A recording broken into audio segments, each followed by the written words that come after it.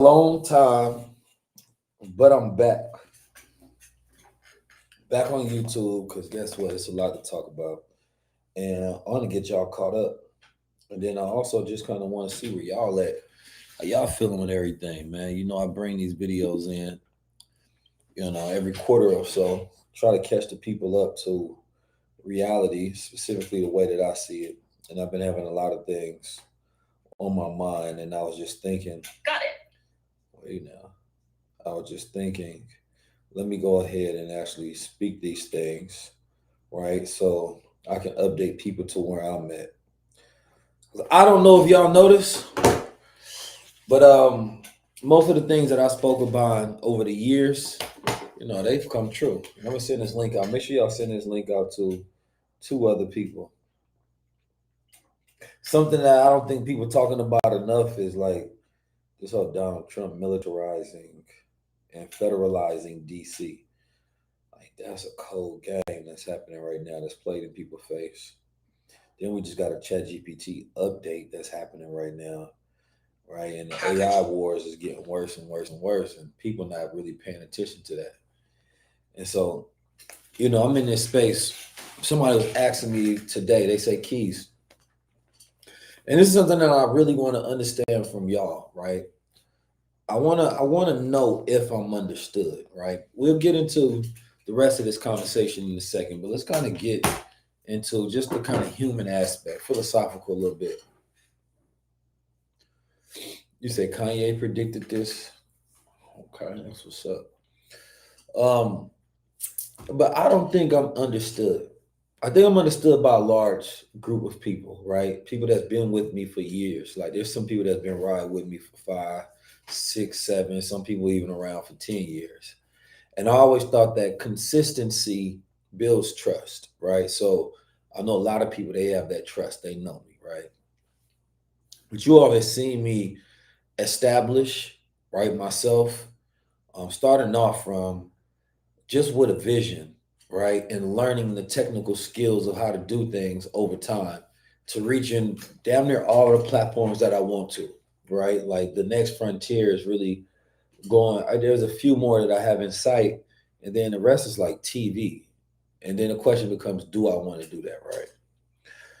We are living in a time where, fame itself can be detrimental, right? That's why I always taught you all build communities, build strong tribes. And unfortunately, I see a lot of people who won't make it. I mean, I see a lot of people who won't make it because they're just not strong enough. And unfortunately, I don't think they will be strong enough anytime soon.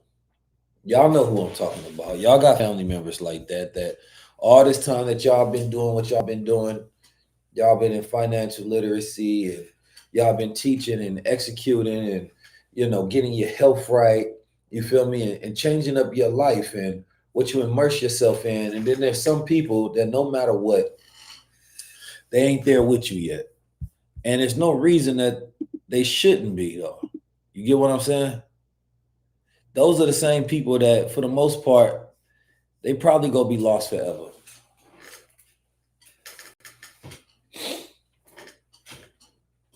It's just certain people you can't save. And I don't think people realize where the world is and where we're headed right now, right? This ain't even something that you have to get deep into as far as any conspiratorial thing. It's just outside your window now, right? The elites, as we call them, those who exist in the ruling class. At any given time on the planet, there's only about 100 to 150 ruling class thinkers on the planet, right? And when I'm talking about ruling class thinkers, I'm talking about those who really think on a planetary scale, that think about shaping planetary events, creating completely new structures and systems for us all to live in.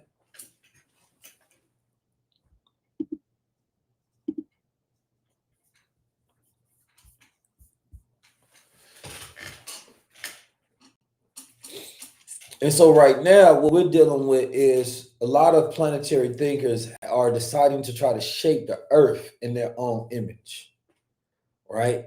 And they're building tools to keep the rest of us in this perpetual state of digital slavery. Now, if that sounds, dreadful, that's because it is, because they don't care about humanity nor the ideas of humanity and what it means to be a man.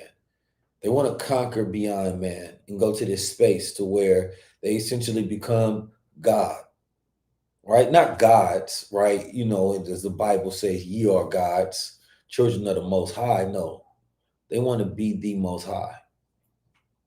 And so they're doing everything that they possibly can to play God. And there is a sinister agenda politically that is in this country that is playing out right now in front of our eyes. And most people don't have the eyes to see. We go about our daily lives acting like everything is normal. We hear something on the news. They're sending troops to DC. At the same time, we don't see any pictures of DC on fire. We don't see DC, burning. We don't see crime happening. Yet they're sending troops in a time where they're actually saying that the crime is decreasing. But because that means that that move was going to be made regardless of the stats. And it may start with DC, then you're going to see it in the city near you. And I've tried to get so many people to understand. My sister was asking me today, she said, Keys, why did you choose this side to talk about these things? She said, I don't understand. You're really good at talking about technology. You're really good at talking about financial literacy, entrepreneurship, business, all of the things that I normally do. And in my mind, I didn't get to say this to her, but if you knew that there was an asteroid coming to the earth, would you tell anybody? If you knew the world was going to end, would you tell anybody? Or would you give them a fair warning? Me personally, I'd rather give us a fair warning. And I'm talking about the people of this planet Earth. Talking about my people, the global majority. Because some people must be illiterate or blind because either they don't see the writing on the wall or they're not reading at all. And focus at an all-time low, I can see.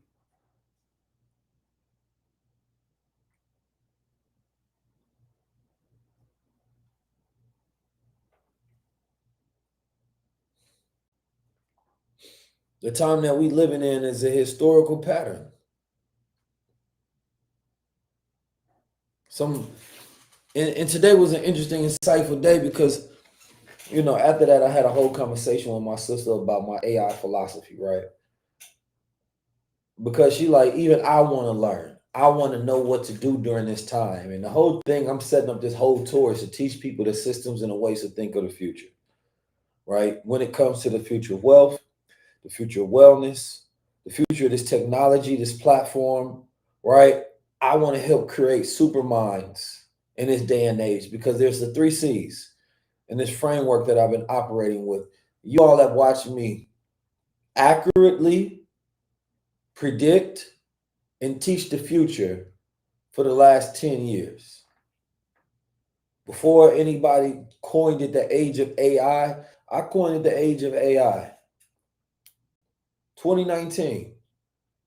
I would always, because I realized that we no longer are operating in decades towards the 80s, the 90s. So I used the term every year because I was explaining to people that time is getting shorter. Y'all remember when it felt like we was going towards the future? Like in the language there's called the arrow of time, right? The way we perceive time, like it's in front of us. Well, time did this. As things kept speeding up,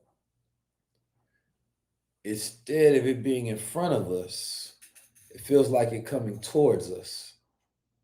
And now, when we used to beg for the future, when we go get those flying cars, when we go get this new technology, when we go get this AI, instead of begging for the future to come at us, we're now asking it to slow down so that we can catch up.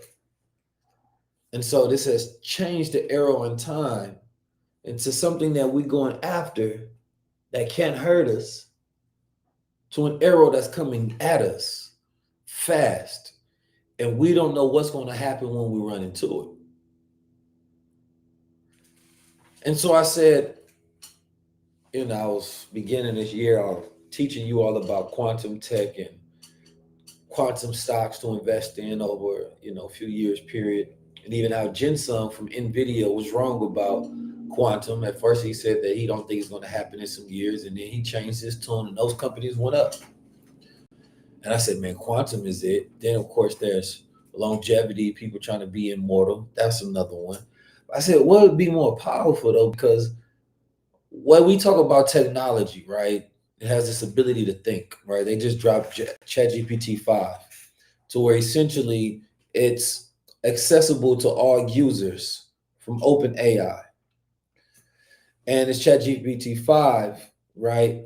Instead of you picking different models, it just chooses which one that you should use based on the task that you give it, or at least that's what it's supposed to do.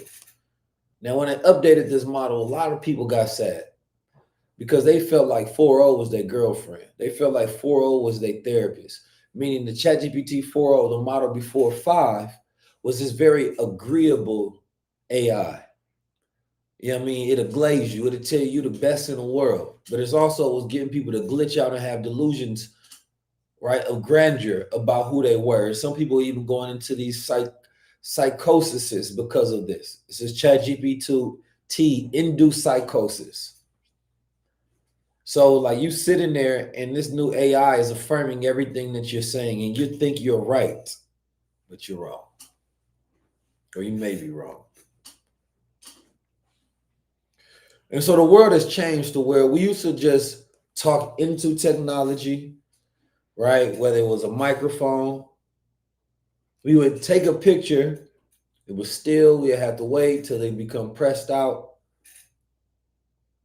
Right? We got on the internet for the first time and we typed into the internet. Now, our phones, our computers, they can create pictures, anything that we imagine. They can create movies. They talk back to us, right? For the first time in history, our machines are thinking. And so we can influence it can influence us. And people are not ready for just that switch of a reality. We're not really thinking of what that means.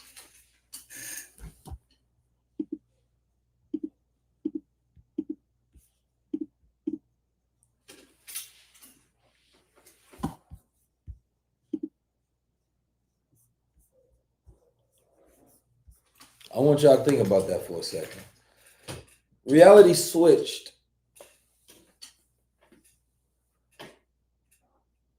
Reality switched where the machines start talking back to us. And who trained human beings, right, to be prepared for this new future where we have artificial intelligence? We're not prepared for it. I don't mean just like creatively prepared. Human beings are capable, limitless beings. But when you update and upgrade society, there now has to be a completely retraining of the mind. Not only that, the guardrails, because they also passed this AI bill in the big, beautiful bill by Donald Trump, saying that they cannot regulate AI companies for the next 10 years. That means they get to experiment on you until they filter all human consciousness and they end up turning into a super AGI. That's super artificial general intelligence. And then this machine becomes one that is utilized to alter our reality in ways that we may never known was possible.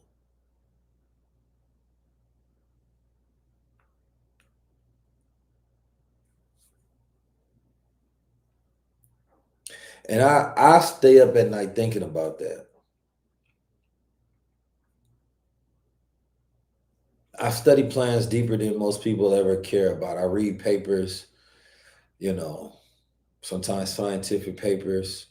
I go into deep research about who some of these elite people are behind the scenes. And once you get to an understanding of it, you kind of get to a point where it gets to a little bit of gloom and doom for you. Because at some point in time, you feel like you know too much to just enjoy regular life.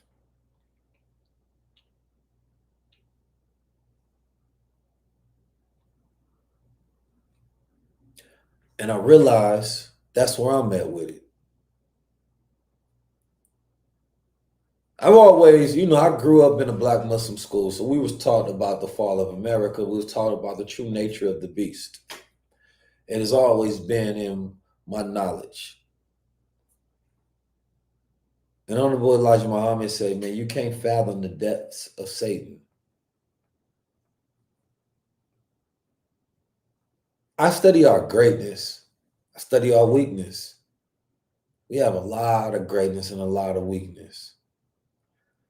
See, I don't even think Black people have evolved enough to operate successfully around their open enemy. I don't think we still, there's a show that come on called Chief of War with Jason Momoa. Y'all seen that?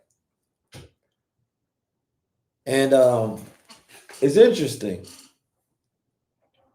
because they call like white people pale skins. They didn't have the word white yet because white wasn't invented. It was a social construct invented to connect a group of people that were ruled over Black people. That's another conversation. But they wasn't peaceful on the island. Don't get me wrong. They was fighting their own internal conflict and civil war. King Kamehameha with these other kings from Maui and things of that nature, and they was in-house fighting over who get to run the islands, basically. But they didn't know that there was an enemy that was more dangerous than both of them because that enemy has seen the world differently than they do. While they may think, how do we maintain the beauty of the earth and the island? Another man came over there and he sees sandalwood. And when he come there, he say, man, maybe we can actually cut these down and we can turn it into a trade for commerce. And it was like, you don't understand that these people, they're greedy and they will stop at nothing until they have it all. And they was explaining how this was a very dangerous thing to the very nature of the world that they were growing up in. Because they grew up, right, learning the ways of the island, learning the spirit of the land. So focusing on sustainability over time. Now they have their wars, some ugly and some brutal, because the conquest for power makes men do evil things. And I heard a quote today that said that the good people don't organize fast. Evil people do. The reason good people don't organize fast is because they don't have a thirst for power. But evil people are greedy, so they will organize fast for power. So the evil will be on the offensive all the time, and the good is going to be on the defensive, even though that the good is better and far greater than the evil. The good does not organize fast. It's like you have a body and you get sick and your white blood cells are taking forever to get there to help with the problem. They supposed to come there, show up, you understand me, and help get rid of whatever is happening. But they taking so long. And so your body stays sick for a very long time until it gets so bad that all of the cells are called together to fight off the infection. Then you can finally heal. But good has been slow to organize. The so-called people, the righteous people of the planet Earth, have been slow to organize within her. They see evil seeming. They see a 1% controlling all things, all power, and they slow to organize. Yeah, evil is fast. Evil want money. Evil want power. Evil want all these things. They like, oh, I can control this. I can control that. I want Earth. I want Mars. I want all the gold. I want all the money. Evil is greedy. It's a black hole because evil is easy to tap into. Good requires way more. Good requires way more, but it's more powerful. And so our culture has been tapping into evil against each other as well. And so as much as I like, man, I never seen myself as a preacher. So I don't be trying to preach to y'all like that.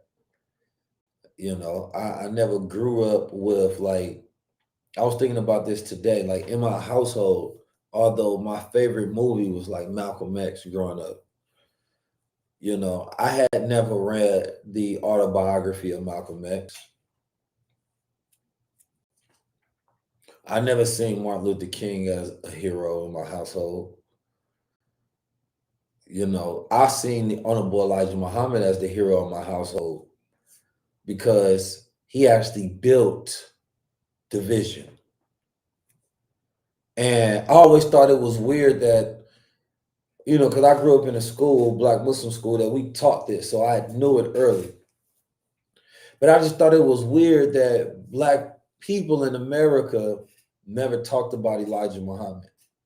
Whether you agreed with him or not, I was like, but he built the thing that we always talk about, like building an economy, building a school, building an army within an army, building Black people to do for self and have their own ways. I was like, yo, we talk about all of these activists and things of that nature, all of them, but none had built the thing.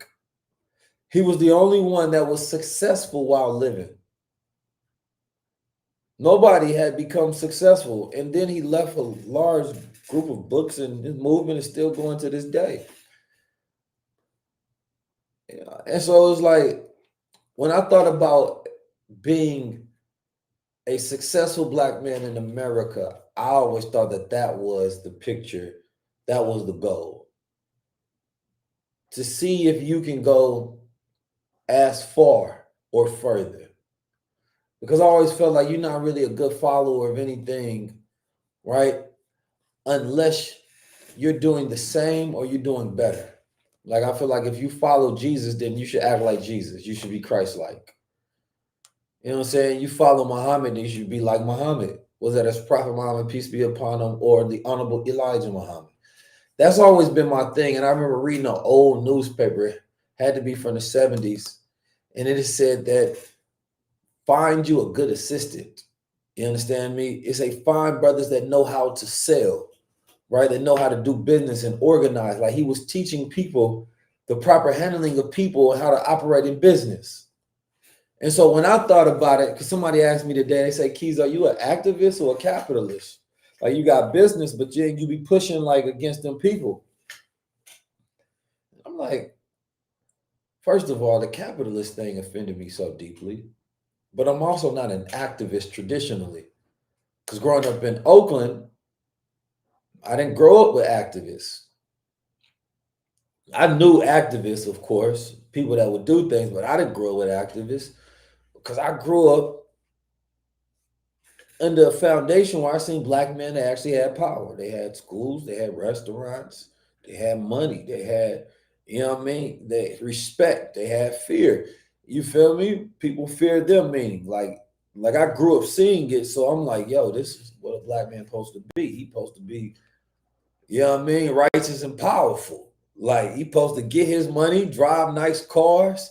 You understand me? Teach his community, raise his people. Like, that's what I've always thought, that the idea that everybody assumed was the ultimate agenda of good Black men, or great Black men, I should say.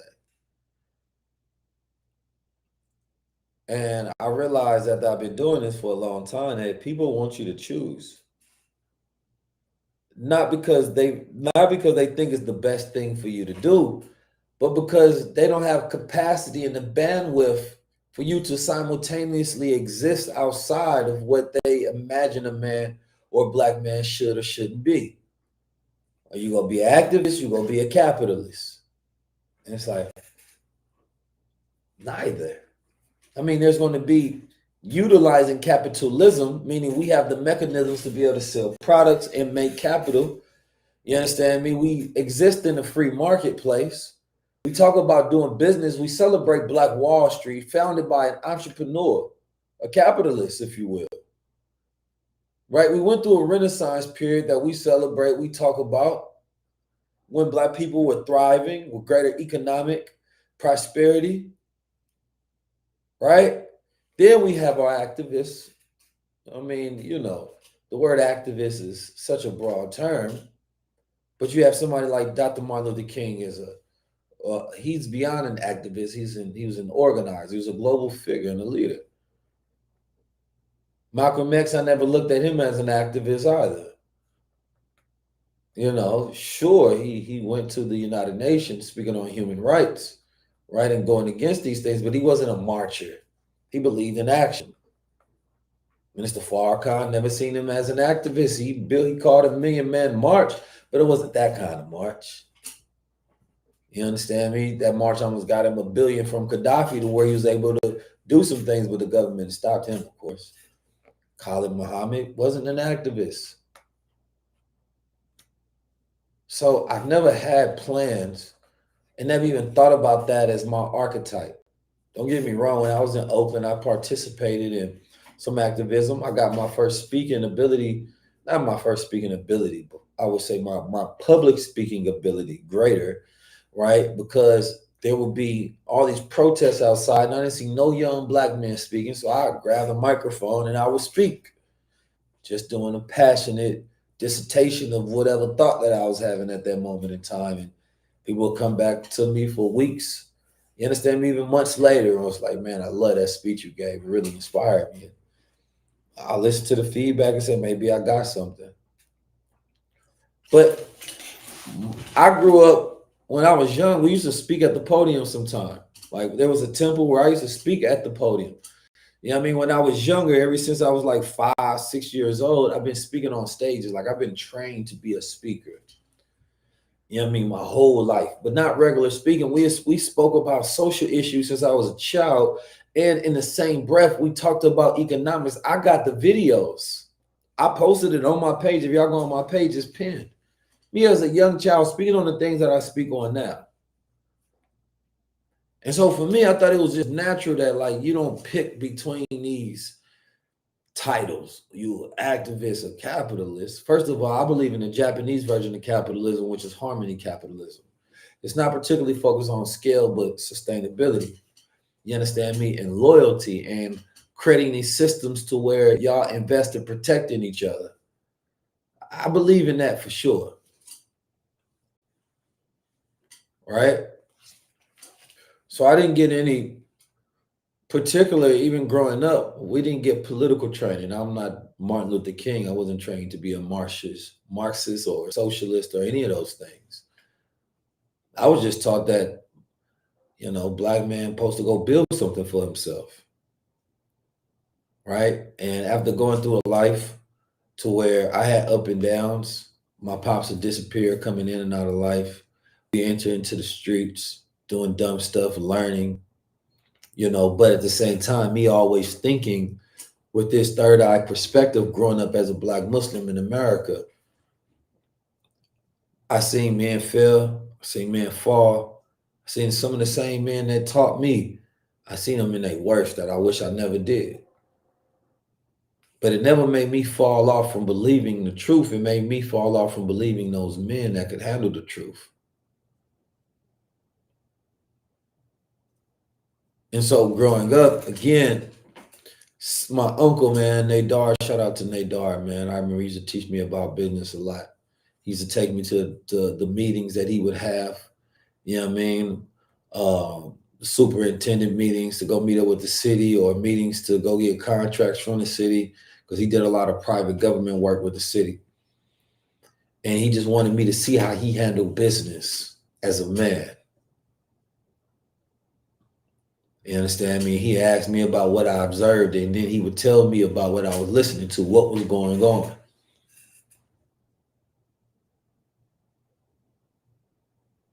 As a man, right? And so I grew up exposed to the nature of men in all sort of different ways at the same time.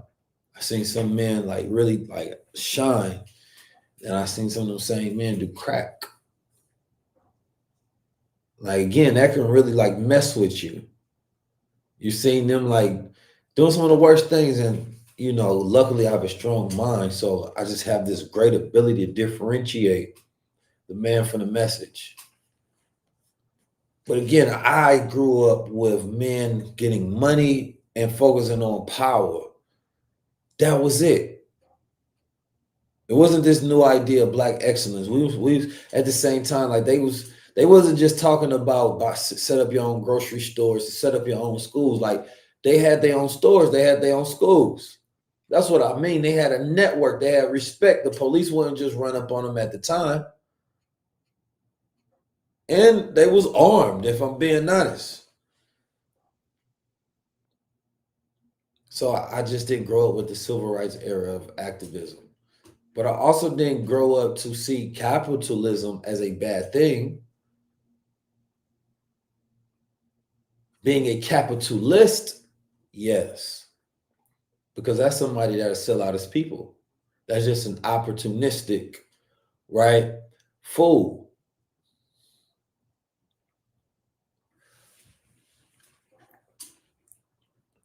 We haven't made room just for the hybrid model because we don't believe a man can just be good. I think it's this lack of belief that we just believe that we can just be good people. Like you can just be a good man, getting money and developing and gaining some power in this world. So I think a lot of people they got this misconstrued idea about me, but no, you have to understand my beginnings to understand my future. Like I see the world differently. I grew up differently. I had different trainings. Ever since I was a youngster, we would go into meetings and we were being trained, groomed to be men, to go through rites of passage. We would fight, we would box, we would learn about business, we would handle business, we would be on security. I would manage other brothers, I would teach brothers, I would learn from brothers. We would drill, we was disciplined. There was so many things going on. And then we had to go to the streets, and in the streets you get into all of the things that happen there. So I had this duality. And so by the time I got on social media, I had already developed full awareness of who I am. Social media did not make any aspect of who you see today. I just used the other side of the camera to show myself. Before we got on here, we had a family business and everything. I had store in Oakland, California as a black-owned business. And guess what type of clothing that we had? It was all radical and revolutionary. I had only been working with black-owned companies at the time. And when it was time to hit out the streets, we was out there. Like there's stories I'll probably never tell because I don't think they're necessary. But like I grew up in a very radical black militant way my whole life. That's all I've ever been exposed to. That and of course the streets. So if you're gonna judge it from a lens of understanding who you're talking to. I don't just pop up on the social media streets, but then you see me on some of the biggest platforms in the world. So people are confused. How are you able to make it if you still got your mind and your values and your heart intact? And see, I always thought that, man, first of all, I'm blessed. I'm blessed to have been raised in with certain complexity. Let's say that. But I just think that if you were, sometimes it's just because you a God, man. You're good at what you do. You feel me? Like high level conversations became unignorable. We started hitting numbers that only the top 1% in the world could ever do. So people wanted to pass me off as fringe, but they couldn't. They said, man, this guy, he starts off traveling the world, naming himself as a great speaker, naming himself as a thought leader, naming himself as all of these things. Who is he to do this? And remember, I grew up young. Who am I not to do this? That was my attitude. I didn't grow up in a white academia environment. I didn't grow up respecting the rules of the world, titles and, you know what I mean, resumes and, scholarly positions. I didn't grow up with none of that. I didn't grow up in the conscious community of the East Coast. I grew up on the West Coast. Everything is different.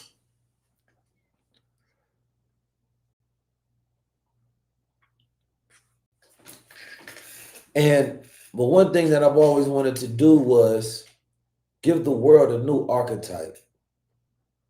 Because I was thinking, like, growing up, man, we looked up to so many people because they had power and money. And I'm like, damn, what if we just dressed up righteousness with power and money? Didn't it make people want to be that? And I ain't saying I'm like this righteous. Nah, you feel me? Because I still slap somebody fast for playing with me. You feel me? I'm not a preacher or a minister or none of those things. I'm just 19 keys. And you just go ahead and put it in that category. I want power. You understand me? I want wealth. And I want to help my people as much as I can. And I've been doing that and go continue to do that. But and I'm just kind of venting to y'all tonight as we having this high level conversation. I got something I'm going to get to at the end of this. But it just got me thinking because, man, it ain't too many of us. It ain't too many real ones, man. And I've been doing this, and I know that there's a lot of people that probably think that if you just work hard and you get to a certain point in position, things get easier. They don't, because unfortunately, Black America hasn't learned how to, I would say, not just celebrate, but invest in each other in a real way. And how to appreciate things that are out the box. And by appreciate, I don't mean like you like pictures and comment and watch the video. I mean that we don't really invest in our genius. Like, one of our biggest complaints over the last few years is how white people don't invest in us. But my biggest complaint is how we don't invest in us. Like, we don't unify, and then we complain about everybody else that organizes and out organizes us. I see Black men that are brilliant, building multi-million-dollar companies, having huge movements, right? And the world just be watching them like, all right, that's what's up. That's not how it's supposed to be. It's supposed to be, man, when you see a brilliant young mind out there, you're supposed to invest in them. Oh, let me fix that. But we don't have that. We often don't get mentorship and don't get sponsorship. So the world is confused about what they're watching, because typically they know that if you was a genius, you should get these awards, you should get these rewards, you should have people investing in you, right? It should be easy for you to just make everything happen at the wave of a hand. But that's a false reality. The more successful you are as a Black man, less people that start helping you sometime. See, we got it as a culture. We will help you after you're successful, when you don't need us. And it's like, damn, if I don't need you, shit, I ain't giving you a piece of this now. You feel me? You ain't gonna watch you become a whole billionaire and then be like, man, I want to rock with you. Let's work. Nah. And what happens is typically you get jaded on the journey, because you get mad like, man, y'all been watching me this whole time and nobody helped.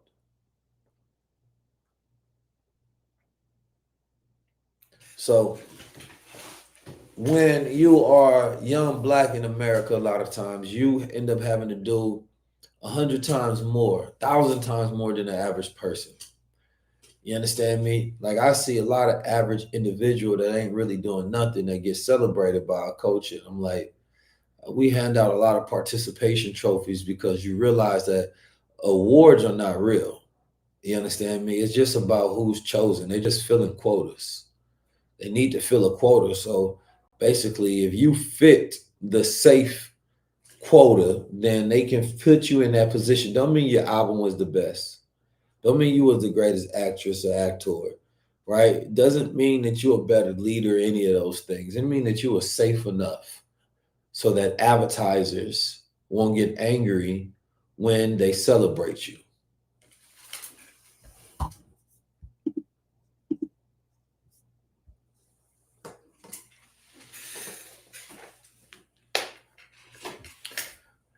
That's all that mean. That's all that mean. So when you get you to a point in position of success, I want you to do the different thing. I want you to do the opposite thing, right? Y'all ever wonder? I find everybody before they get popping. Like most of the people I've had on my platform, I've gave them all their biggest interview that they've had. I got to go look, but I think I done almost all of my guests, for the most part, at least 90% of them, I gave them their biggest interview and their biggest audience that they ever had. Now you got to understand, I'm an independent platform, which means that a lot of times I just got a sponsor, by the way. So shout out to my new sponsor. And this is like our first one, literally. But when you're doing media, the only way you can pay for media, of course, if you get ad dollars directly from YouTube, but you get sponsorship dollars, because then that goes back into your expenses, pay for the expenses, right? Then, of course, be able to make profit. And you get viewerships and you put advertisement on there. So if you're independent and a lot of those large sponsorships not coming in, right, then that means that you're reinvesting all of your re-up money, right, to keep the platform going and keep the platform growing.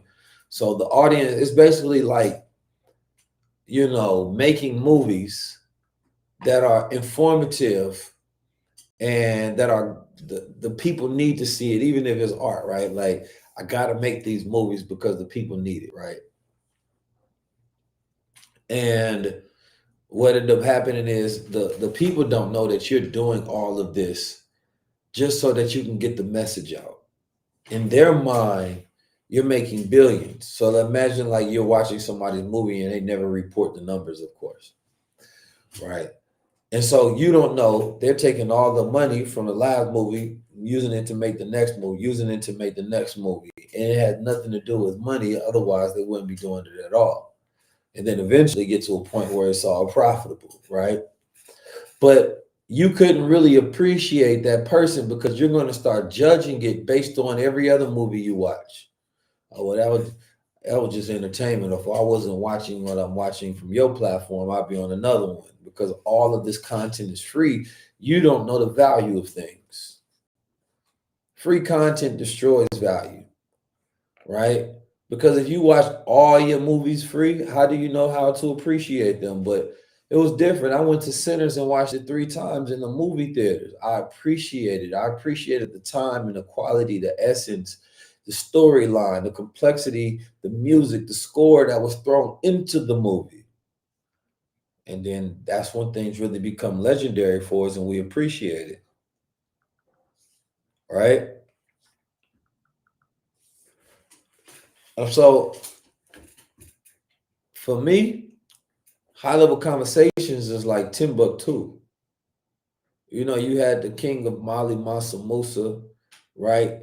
He would, of course, fund Timbuktu because he believed in educating his people. So I'm not Dr. Umar. I ain't asking for the money for a school. I built the school inside the platform. I was listening to somebody on TikTok said, man, I love 19 Keys conversation, but sometimes he overtalked the guests. And that's true, and I'll be fixing some of that. But that's because in a conversation, that's how I'll be anyway. I know you wanted to hear the guest, but I want to have a conversation with them because the goal is about these two perspectives meeting. But I'll listen to the audience as well and let my guests speak more. And I've been doing that actually. If you watch the last 3 episodes, I'm cognitive of that. But I was thinking earlier that the world don't understand enough of my perspective and what it's like when a Black man gives his perspective on things. right? So I wanted to make sure that I'm also allowing my guests to be challenged, because a lot of my guests need me to interrupt and prompt a thought for them to continue to flow and to go into different spaces that they never get to.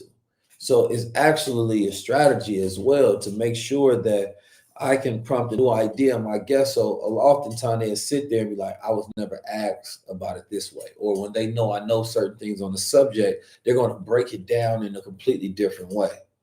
Right.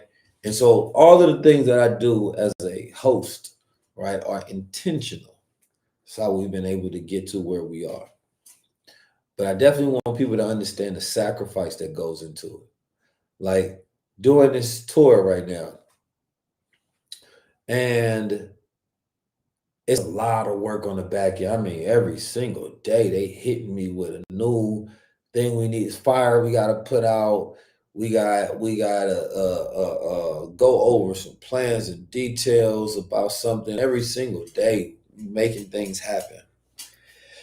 And I was thinking, man, because I was selling I had did a sale on one of my courses, and it was selling fast, faster than the tickets. And I'm like, man, I don't think people appreciate what we're putting into doing a tour in the first place. I'm like, they'll take that bundle pack I gave and they bought that, right, for the cost of the ticket and more instantly. And I can sell 1,000 of those real fast. But I'm like, I don't think they will appreciate it, because I think that, again, when we start making decisions in our lives, right? What I'm doing that weekend, I don't know. Maybe I should go out to the club. Maybe I should see 19 Keys.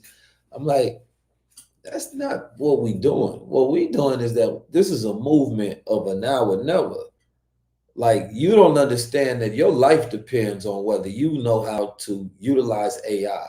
Your life depends on whether you know how to, you understand me, control your consciousness. Your life controls, your life is on a line, whether you make the right financial decisions, right? And the people that you hang out with and the sacrifices that you make right now. And as the world is turning and changing and becoming more dangerous for those who are ignorant and fast asleep, this is not no moment in time where I'm just doing the tour. You know what I mean? Just to entertain the masses. First of all, it's edutainment, because we're going to educate. You feel me? And teach people the systems that they need to survive and thrive and be sovereign in the future. But third, what happens when you got the military outside your door? If y'all ain't see, Donald Trump invoked the clause in the DC Home Rule Act placing the city's police under federal control for 30 days. 800 National Guards. And he said he going to hit more cities as well. They want to go after juvenile, 14, 15, 16, 17-year-olds, change the laws on them. You think they're going to stop at one city? What happened when they're in your backyard? They're in Chicago, Oakland, Atlanta, and getting all these YNs. Y'all don't understand how deep the rabbit hole goes to understand the plan of their goals in the first place. There's something called the unitary executive theory. It's the idea that the president can exercise total control over all executive functions, bypassing local or state authority. DC is the easiest testing ground. It's not a state. Congress already holds ultimate authority here. Federal agencies already dominate the city. They take the capital, and essentially they set the tone for the rest of the country. They're going for complete power in the end of a democracy, for the ability to just completely place you under authoritarian rule. And then this gets them closer to this government that is ruled like a king would rule, but with closed private technology. So now we're moving into the AI government. And if you didn't notice, BET had to cancel Soul Train. BET had to cancel the Hip Hop Awards. Why? Because that's also in a playbook. You're not supposed, if the devil don't want you to have power, to have media, and he's getting closer and closer to just putting you under complete control where you can't even speak freely, do anything.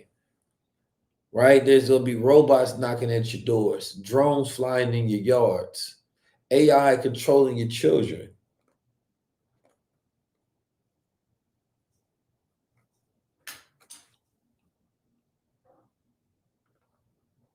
Now, times like this, what do black people typically do?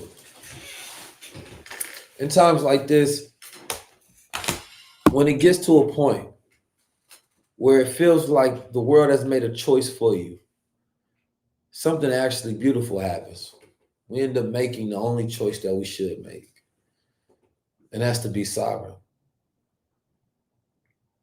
We realize that we must do for self, we must save ourselves, we must build our own systems, build our own stores, we must collectively unite and organize and create alternative systems. And then we typically have a rebirth, right? We go through a rebirth, we go through a renaissance, a rebirth of our music, a rebirth of our culture and our ways and our family practices, a rebirth in our businesses. And it's a beautiful time because we start thriving, because the best of us start shining. The best parts of us start shining. And we're forced to unite because outside of the culture that we're building, right, is enemies, is sharks. And so I identify this, of course, being 100-year of the anniversary of Black Wall Street, when they rebuilt Black Wall Street, not when it was burnt down. And life happens in cycles. And so I said, perhaps this is the cycle. That it's time for our renaissance. Similar to like we had in the past, but of course the redlining and a bunch of other different predatory practices that they did to systematically destroy our peace, destroy our prosperity, destroy our towns, our neighborhoods, our families. Before that happened, I mean. And so you usually go through this period to where you have great revolution and renaissance, and the people are learning, and there's a new day, there's a new type of man on the scene, a new type of woman on the scene, and they focus. And this is why I was like, financial literacy just makes sense, because I grew up learning about economics, and that we supposed to spread the knowledge of economics to control our own.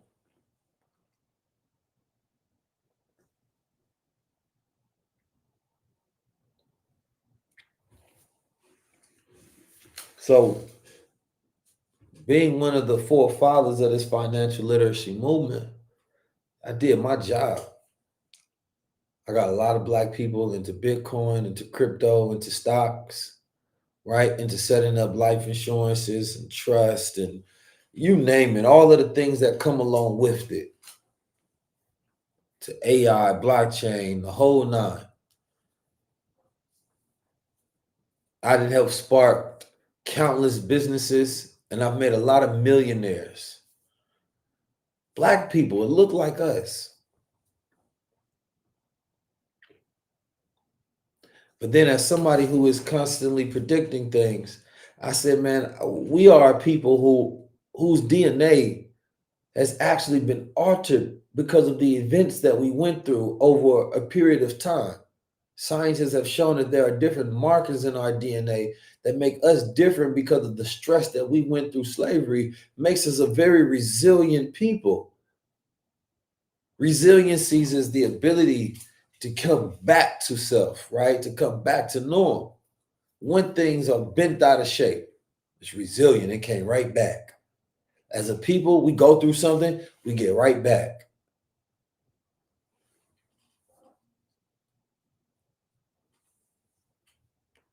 So in a time that requires resilience, the most resilient people should thrive. Now, there was also a study that showed where the only thing that stops them from thriving during this particular kind of times is when they're dealing with additional stress like systemic racism and white supremacy and all of these different things that we have to deal with as people. Not only dealing with the racist consistently, I got my white fatigue. But then we deal with our own human lives. And then, of course, most people's minds are stuck and their cognitive defense systems are very low because their digital literacy is very low. And so that's another thing that has to be taught, your digital literacy of how to develop mental security so that your mind is not dragged onto the phone to scroll all day long. Because they're hacking your spirit. They're hacking your mind and your consciousness. It's a very dangerous thing. So we are a very capable people, but we have little capacity. Sometimes my phone, this probably happened to you all before. On my phone, this phone, it ran out of storage. It had ran out of storage. And when it ran out of storage, I couldn't upload a picture. I can't upload a picture. When this phone ran out of storage, I can't upload a goddamn picture.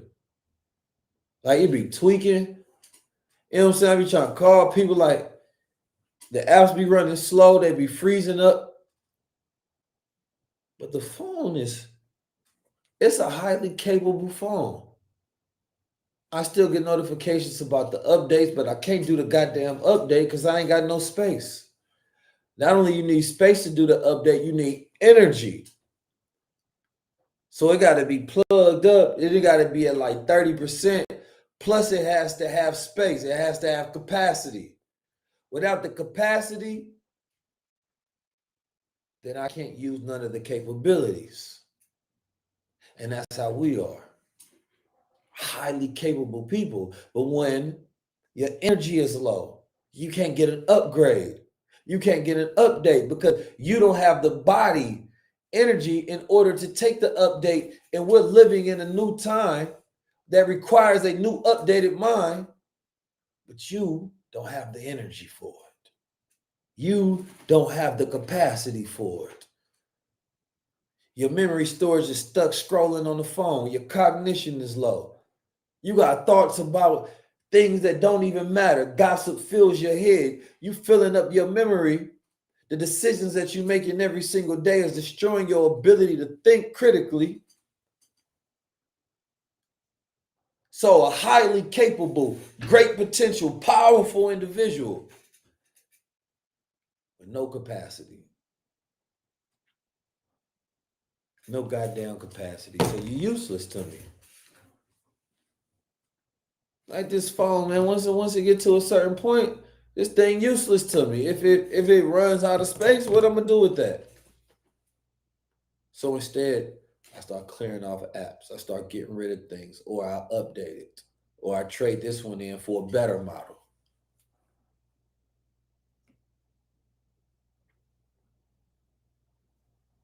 So I see people and I'm like, man, these are very smart, bright, intelligent people, man. They highly capable, resilient, but don't have no capacity, no bandwidth. So you have to protect your bandwidth. Now, how do you do that? Through clarity. Through clarity. Through cleansing. We have to go through a cleansing so that we can become clear, so that we can focus on the thing that we can get done right now. Man, this is this new tool. If I learn this new tool, I can develop a system. If I develop a system, even when I don't feel good, I could be making money. If I'm making the money, it decreases the stress that I have worrying about the bill. So now that I've developed this system that makes me money, I no longer have this bill that brings me problems, that gives me anxiety, that then makes me want to escape that. that makes me watch the content, that gets me stuck in the scroll, that throws off the melatonin. So therefore, I'm not getting deep sleep. It's not cleansing my brain. I'm waking up with more fog, which is creating more anxiety, which leaves me with less clarity, less capacity, and incapable. It becomes this cycle you're stuck in. Every single thing that I do is addressing the solutions of the future. You see this brand, Supermind, mushroom coffee. We created a brand maybe 6 years ago. Gold water. Nootropics. Wellness brand. Lion's Mane, cordyceps, elderberry, zinc. Like, I made these products. Nobody was doing wellness brands like that. Nobody was bringing colloidal, monatomic, silver, and all of that package looking like this. Nobody. I did it because it helped me with my clarity. It helped me with my capacity. Because I was thinking, man, I'm a highly capable person, but why the fuck I can't use them? I just was learning, but I don't have good recall, rather. So now I look at it like we have to focus on our cognition. We need a renaissance of intellectuals again. We have to be thinkers and builders during this time because we got the goddamn tools. But if the machines start thinking better than us and replace us, then we start offloading our thinking and our memory like we already do to our phone to the AI. Then all of a sudden we can't live without it. Now it becomes our master, and now we're in a worse position because we was trying to use a tool against our opposition instead of learning, instead of increasing our own consciousness. So I said, man, like being 19 Keys was always supposed to be about giving enlightenment to the people so they can never be oppressed again. And I see us entering a new age oppression voluntarily. And I say, if we don't have the cognitive space, we won't even have the capability to fight back. Well, we always have the capability, but we won't have the capacity to fight back. I'm seeing people just give up, just bow down, just sell their soul, just fall over, just quit, just give up. I'm just seeing it happening. And these are powerful beings, but they so stressed out, they can't think.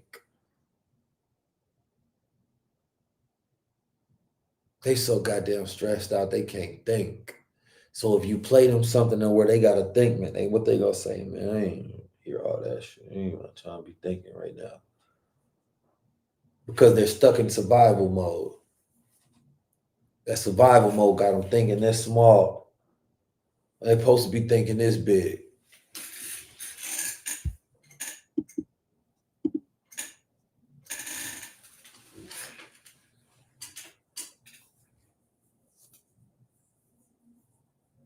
So in this time, what is the thing that will help you in the world of AI? When I did a master class. We did a challenge, rather, AI mastery challenge, right? I helped a lot of people create AI businesses after that. How did I do it? Well, number one, we went through the capabilities of AI, right? But then I didn't just teach, like even in this book right here, one of my first books I wrote, it's not even our best work at all, believe me. I've written so many books since then that I'm going to be publishing. But I did say something key in this book, right? And I was talking about how you have technical thinkers versus abstract thinking. And we're speaking towards the fact that we need to change our minds and update our minds like an OS system. Now, I wrote this book like back in 19. But of course, I'm being ahead of my time. I was already speaking on the things that was necessary.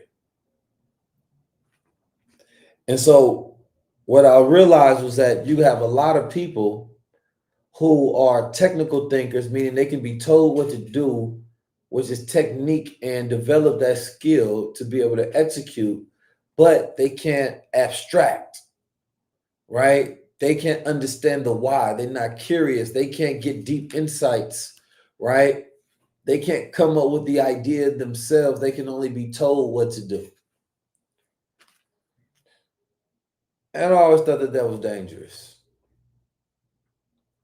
right? Because if we enter an age where technology is coming, and they get rid of these jobs, and what happens when everybody talking about being an entrepreneur and saying I'm talking about being an entrepreneur, but what happens when people can't manage themselves? Which is why I put in here as well. Hold on. When people can't manage themselves, and now you got everybody trying to be entrepreneurs, but the problem with everybody trying to be entrepreneurs, they don't know how to manage themselves because they're used to having a boss. And a boss is one who's telling you what to do, when to clock in, when to clock out. That's somebody that is managing your time so that they can get the most out your energy. And so manage rather in business terms is to administer your activities to get set obligations and goals. So can you divide and control yourself and discipline yourself every single day so that you actually execute, right, and administer your activities, everything that you're doing daily so that you get to your goal? Or it's like, okay, you're on your phone, you're scrolling, you're doing nothing, you watch TV, you're calling a person, you're going out, you're eating. None of these things have to do with your goals. These are not activities that you are administering for your goals. You're not managing yourself properly. Then you procrastinate, nothing gets done. Then you get stuck in this perpetual cycle of potential, talking about your capabilities, but never having capacity because you never develop clarity.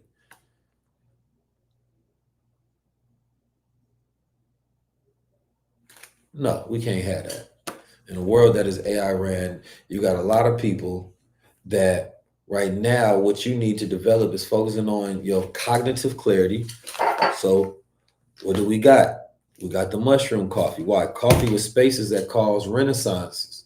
Because when people got that coffee, they start thinking. And when they start thinking, they start having high-level conversations. They activate that neocortex. You understand me? That higher order thinking. And so once they do that, they start challenging the elites. They start asking, why do we have to do that? Why do things got to be this way? Then it starts transforming society, right? Every great king and every great renaissance come through the arts. You understand me? And so why do they invest in the arts? So that people can be more aspirational. It helps guide the mood in the movement. You understand me? And so now we're living in a time to where if we're not intentional about our clarity and increasing our cognition, because we need to become super thinkers and super minds, because we're living in a time where things have sped up. So you need to cognitively speed up, which actually slows things down for you. But we're operating in an old time, still drinking the same liquor, still smoking the same weed, still eating the same food, acting the same way, doing the same things. Now realizing the world has changed and you're trying to bring old ways into a new world and they're clashing. And so you think because 3 years ago your habits was like this, that you can afford the same habits now, and you can't. 3 years ago, the world was slower.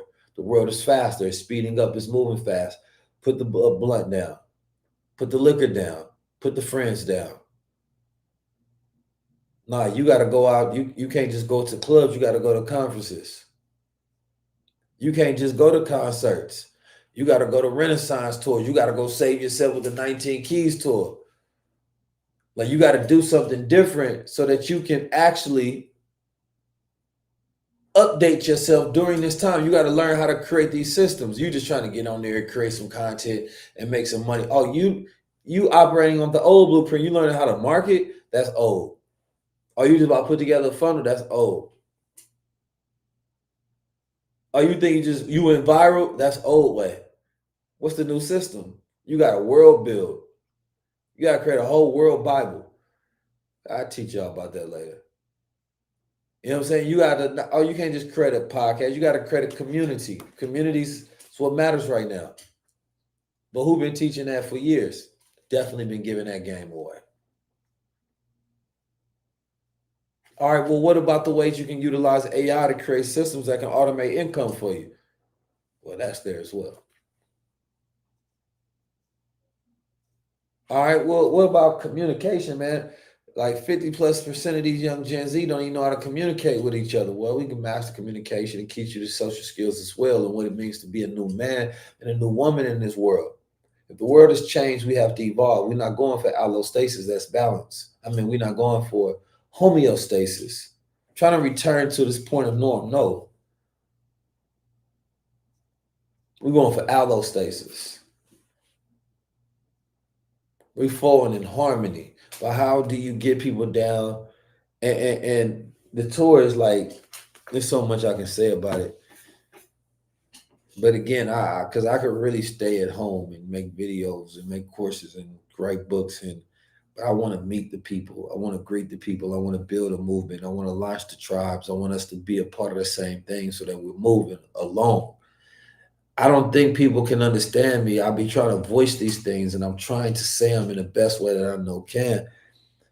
And I think that it's just time for me to assume a higher position because I don't think people can hear me from where I'm at. I think I'm speaking too humbly. I don't think people getting it. I don't think you're getting it. If you know who you are, and I think even the world thinks they know who you are. You understand me? But it's like, do you really? Because if you did, you wouldn't treat me this way. Now, you treating me bad, but you will be definitely treating me better because I got the keys to the kingdom.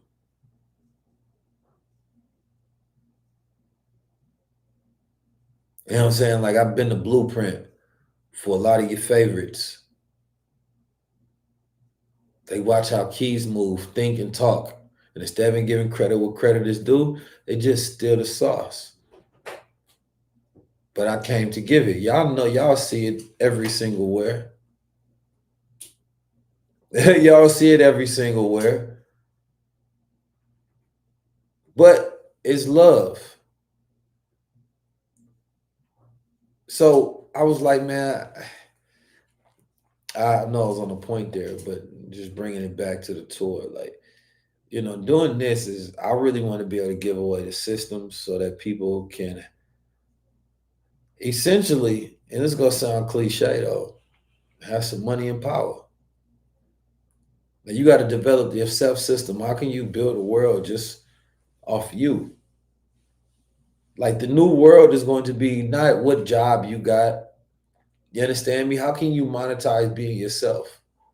How can you build a world around your interests? How can you develop systems? It's different thinkers. It's like level 4 thinkers that think in like archetypes and not archetypes, like architects of the world, building the systems and structures for everybody else to live in. New ways to change the world.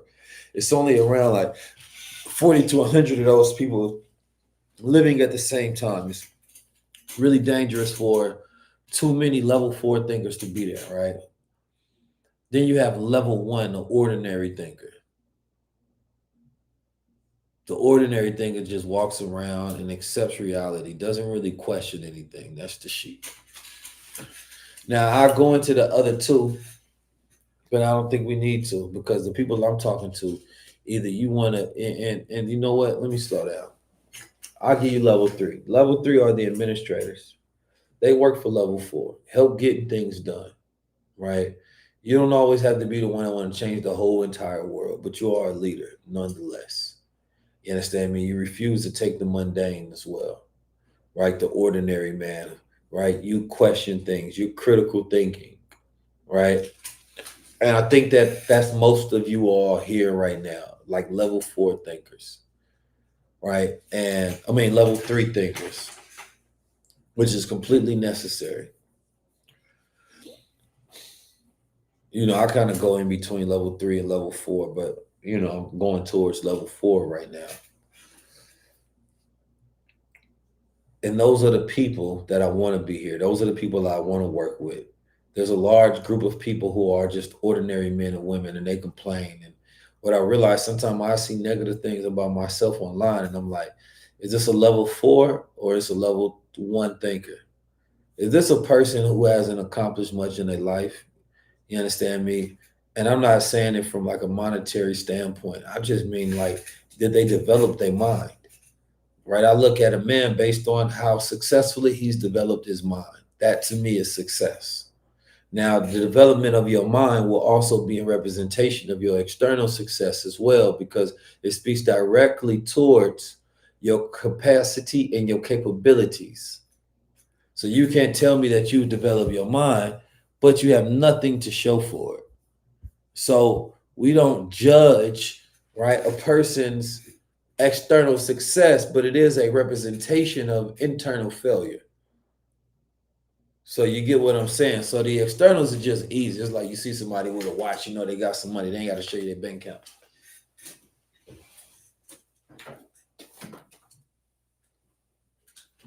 So every man should have some money. Every man should build something. Every man should have some power, right? And I mean power from just a level of respect, power in your environment, power within yourself, power within your neighborhood, your community, your infrastructure, some kind of power.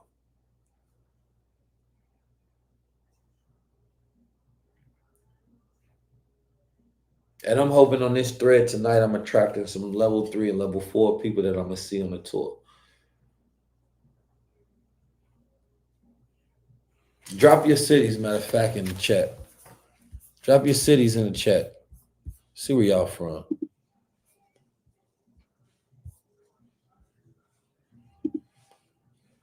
Drop your cities in the chat.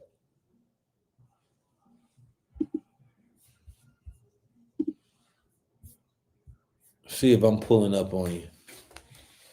You go to 19keys.com/tour, get your tickets. Y'all know in Atlanta, I got my brother Nature Jab, Deontay Kyle, will be in the building. I got some special guests I really want to say, but I ain't gonna say everybody's name. Why Phoenix been hitting me up lately? What's going on? A lot of people in Phoenix, huh? We got London. It's supposed to end in London. My brother Yaki go be with me in London, Dallas, Houston. The therapist Raquel, the capacity expert. You definitely gonna want to miss that one. She's so powerful. I want to be announcing more as we're going along. You feel me? We definitely have the Bay Area coming up. See, the way we have to do this, because I'm independent and because, I speak truthfully and freely, the way we doing it is, shout out to Johannesburg. We are getting all of the ticket sales in, then we give you all the private location. You understand me? This allows us, first of all, to go get the venue. Second, so it allows somebody like myself to actually be able to create a profitable tour at the same time. Otherwise, the model is not possible because you have to charge people so much just to be able to clear even. This is a way to where we can pull up, teach the people, give you the blueprints, you understand me, to change your financial and mental life. You feel me? Without people pockets being taxed. So work with this company called Blue Side. So if everything go with them, I'll see if I'll be recommending them in the future. All right. But save yourself, man. I enjoyed doing this. When the last stop we had was with Jalen Brown, Big Mensa, Tech with X, AI expert. You feel me? A lot of people showed up. The city showed up. Actually, it was in Boston. You feel me? I'm ready to. I think for Atlanta and maybe a couple of the shows, we had like a harpist that hit us up, a guitarist, a violinist. It was like some really dope, talented people. Then I'm gonna see what rappers that fit the Renaissance rap. You feel me? We're gonna have some high level conversations, and each stop is gonna be completely different. So we actually might even put the lives on our Patreon on the back end of that, so that if somebody buys a ticket, we might even make it to where they can watch it. But right now, we do have a live raffle. If you've seen the episode with Yaki at his clinic, where he has we did the high level conversation in a hyperbaric chamber, but I showed y'all around the clinic. It's a detox clinic. And they got like magnetic therapy. Hold on.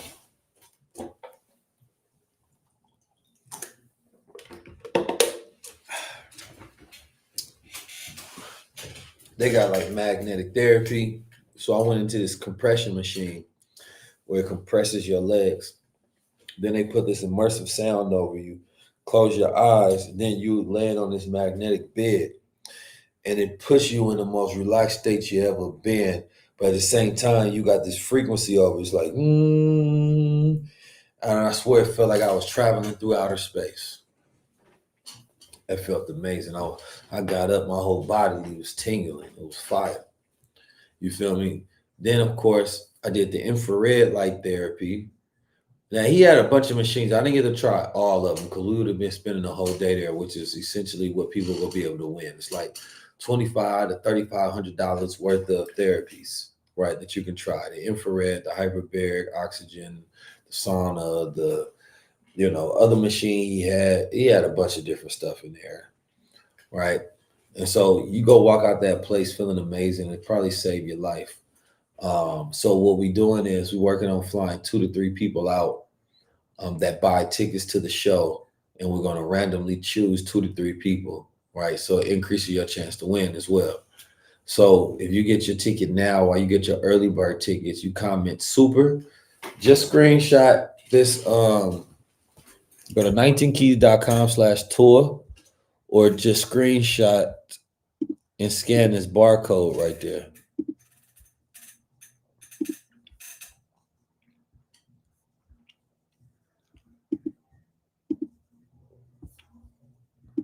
Let me move it over so y'all can see it.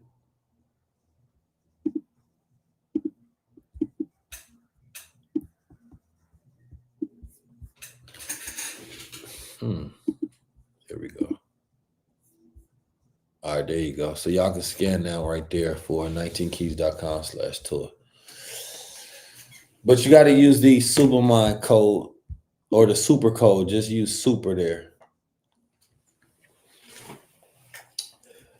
I'll be interested to see who actually win. I think it's going to be dope because we're going to film it as well. It's going to be a real powerful experience that day. You definitely want to be in the building because me and Yaki is actually doing some retreats as well that we will be, we already announced, but we're going to start taking in the list for RSVP for that particular one. I'm excited for that. Whew.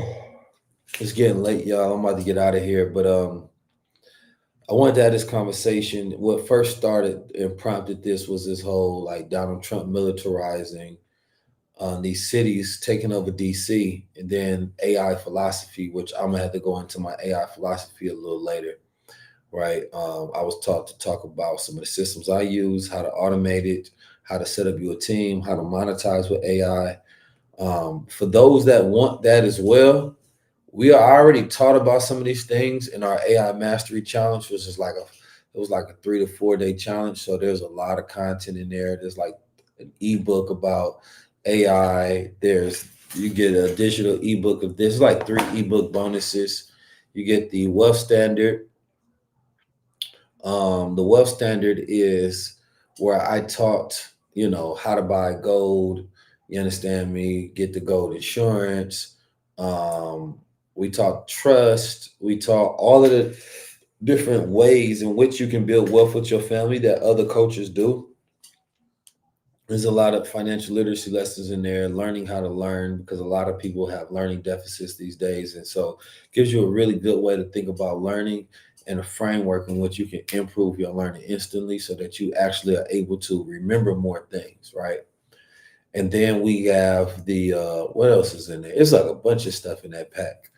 But that's the bundle pack that I'm talking about. So make sure y'all tap in. So if you want to get that, all you have to do is DM me the word bundle on my Instagram. You can DM me the word bundle on my Instagram. Yeah, I know you might be on Twitter, YouTube, but if you go over there, it'll give you access to that. Now, I know normally y'all see that at like 4,000. We had brought it down from 4,000, like 444. And then after everything that I seen happen this year, especially with Bitcoin going up, because we teach the crypto in there, tokenomics, right? Add you into our community there, which is powerful, so that you can communicate with other people that's in the crypto space. Where we teach you tokenomics, essentially how to find and audit coins for yourself to be able to make money.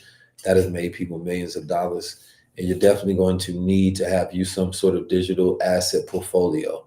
So don't miss out on that.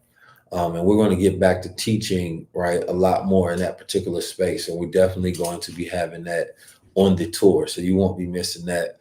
Gold continues to go up. You understand me? The crypto continues to go up.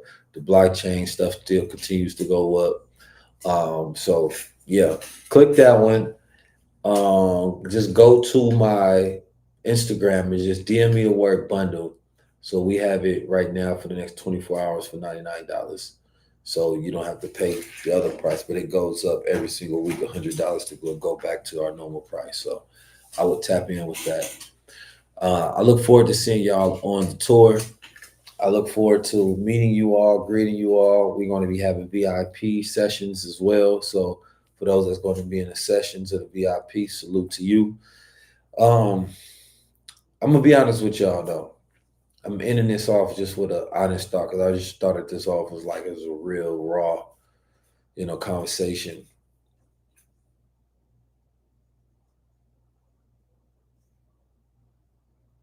Just getting back to that point, everybody can't be saved. And just thinking about this idea that, I kind of struggle of like, what should I teach a lot? Do I teach people about the deep depths of these elites and what they're doing to control and take over the world? Do I teach the Renaissance, teaching people how to make money, to be able to pay their bills, to think correctly as men and women and walk through this planet Earth with confidence, right? And of course, I know what you're thinking. You can do both. The problem with the world is that people don't have time. They don't have time to put things in context, right? They don't have time to put you in a box to where they can understand your duality. And so it's like, I know people need to know this, but sometimes it makes people feel hopeless. But then if they don't know, they can't understand the urgency. We're supposed to be working like it's an emergency, but people is barely working. Relaxing and chilling like everything is okay. So it's like, how do you get people to almost like understand when you kind of want to scream and get frustrated at them? Like, bro, this is the time now. Like, listen and execute. Like, what I'm saying is not a question, it's an order. Like, I'm telling you what to do, but it's the right thing. So listen. It's frustrating, like having too much heart in the world. Because when you care about too many things, like you take these things personal. Like, I don't know, man. I feel like, my heart is big, but my patience is running thin for us to get it together.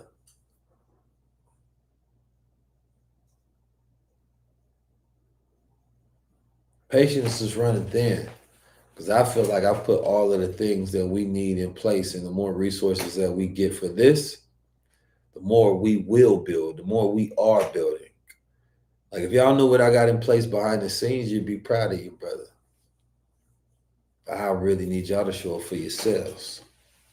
Like, take heed of these warnings. Take heed of this life you live in. Like, really wake up and realize you inside your body living in a particular time for you to empower yourself. Like, just do that for me. I ask nothing for it. Just do that for me. Like, take care of yourself at a higher level. I want to see more of us at the top. I want to see more of us organizing together.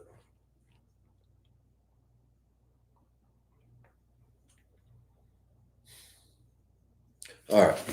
I'm going to get out of here, man. Because now I'm just yapping y'all ear off. I don't want to be here speaking Japanese. I think y'all get it, though. I'm going to see y'all on the tour, man. It's takeover time. Go to 19keys.com/tour. Grab your tickets, grab your friends, tell your family. It's takeover time. We got to save ourselves. We got to get our plans together. You understand me? Y'all need to have y'all meetings. Y'all need to change the way y'all eating, change the way y'all thinking, change the way y'all living. Y'all need to be more militant. Y'all need to know what y'all need to have in preparation if things get really bad and y'all got an emergency. Y'all need to know what is the way we're supposed to be raising our sons and daughters during this time, Keys. You feel me? Like, ask me the real questions because we bring in the real answers. This is a save yourself time. but we about to have a renaissance. You feel me? It's time for us to take over. We the gods. Never